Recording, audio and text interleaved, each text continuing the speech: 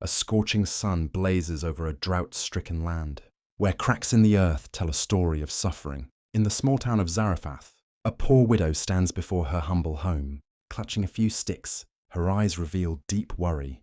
Her pantry holds only a handful of flour and a small jar of oil.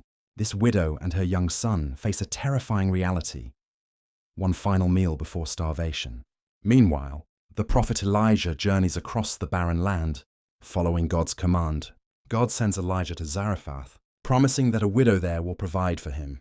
At the city gate, Elijah sees the widow gathering sticks, her face lined with exhaustion. He approaches her kindly and asks, "Please, bring me a little water in a cup."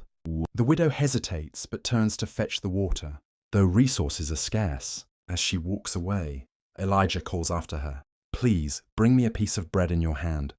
The widow stops, gripping the sticks tightly, and turns with sorrowful eyes. She replies, "I have only a handful of flour and a little oil, just enough for my son and me to eat and then die." Elijah looks at her with calm assurance and says, "Do not fear."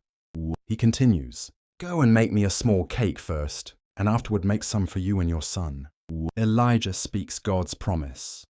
"The jar of flour shall not run dry, and the jug of oil shall not be empty until the Lord sends rain."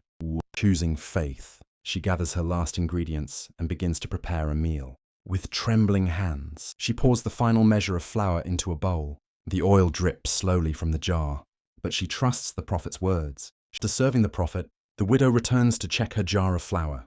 To her amazement, the jar is still full, as if untouched.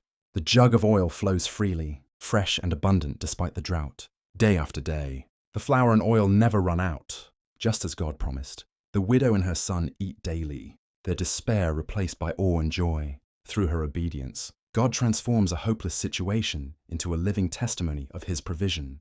The story of the widow of Zarephath teaches that faith unlocks miracles.